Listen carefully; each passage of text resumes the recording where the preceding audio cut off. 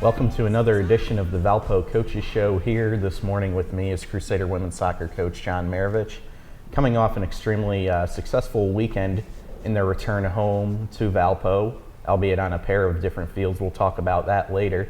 But Coach Marovich, just a brief recap of the weekend. First, talk a little bit about the Western Michigan match on Friday, a match where really the first half, especially the first 20 minutes, was kind of a struggle, but then the Crusaders got the first goal from Tara Ellis on a free kick late in the first half, and it really kind of changed the tone of the game. Well, it did. Tara's goal was critical. Western Michigan is an excellent team, very athletic.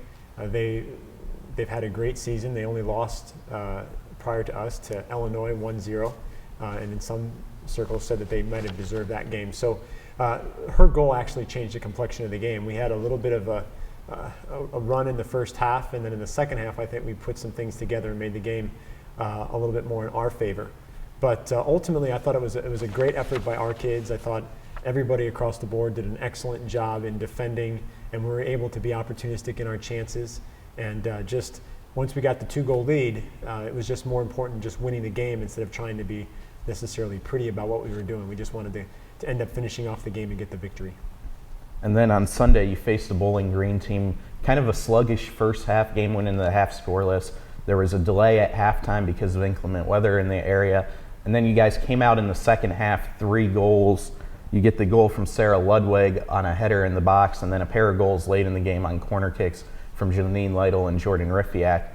And just how did that change, the first half to second half, and how did you use that delay to kind of help the team regroup and get back together and come out the way they did in the second half? Well, I think it's really a testament to our kids, to be fair. I mean, that can be a difficult situation. We didn't particularly play the way we wanted to in the first half. I think the game on Friday night had some effect on our legs, but we've talked about precision and doing something right every single time, even when it's uncomfortable and inconvenient. And so it was a little bit uncomfortable and inconvenient on Sunday for us physically. And I think that the break at the half, allowed us to settle down, get ourselves reorganized, refocused, and we got ourselves a really good warm-up when we got back on the field after the delay. And then it was just about how bad did we really want it. And our kids certainly stepped up. Sarah Ludwig, again, another goal from her, which has been big. Abby Kenyon played her first minutes of the season after having an injury early on, so having her back with a flip throw is fantastic. So that added to getting that first goal, and then it was just some consistent pressure from our kids, and then 2 fantastic corner kick finishes, one from Janine Lytle on a header, and the other Jordan Riffiak getting her first goal of the season. So we were really excited about those 2 goals as well. You've mentioned, of course, the goal scorers from this weekend. Kristen Mansky named the league's Defensive Player of the Week, a pair of shutouts, 8 saves over the 2 games. Were there any other individual performances that really stood out to you this past weekend? Absolutely. I mean, there were a lot of performances. I thought Kelsey Draper was very good in both games. She's kind of been injured throughout the season, so I felt like she was really getting back to her form, and so she was very good for us defensively in the air and starting some of our attack. Again, I think Tara Ellis had a fantastic weekend. She's been a very consistent defender for us, stepping up, winning head balls, being able to blow up some things that might become dangerous. And obviously Kristen Mansky, I mean, there's no doubt about it. I mean, I know I spoke on this show last time about how much we like having her on our team and in our goal. So it's great to see her get some recognition for the work that she's done. And again, I thought Rita was really good up top, just dealing with as much pressure as we're trying to put on and doing all the work, up there as well. So just overall, I thought it was a great performance by our team this weekend. And when maybe one person wasn't up to par, somebody else picked them up, carried them a little bit, and then they turned around and carried them later. And that's really what our team has been about all year, and it resulted in 2 really nice wins this weekend. It was an interesting situation this weekend. You have 2 home games, but you play them on 2 different fields.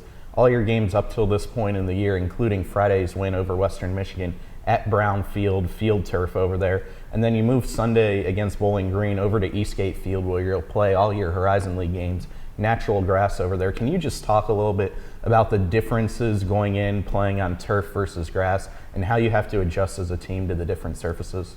Sure. I think the benefit that we have is that we have the 2 surfaces to play on, so that when we do go on the road, whether we're on a natural grass surface or an artificial surface, we're going to be ready to play in those two environments. So I think that it's a huge advantage for us.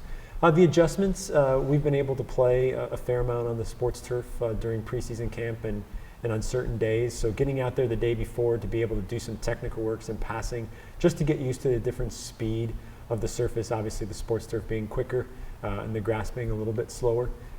But on Saturday we had a great session out on Saturday morning on the grass, so it prepped us for Sunday's match. And I don't think that the surface had anything to do with our first half and being a little bit sluggish. I think it just was more of a mental thing for us on a Sunday.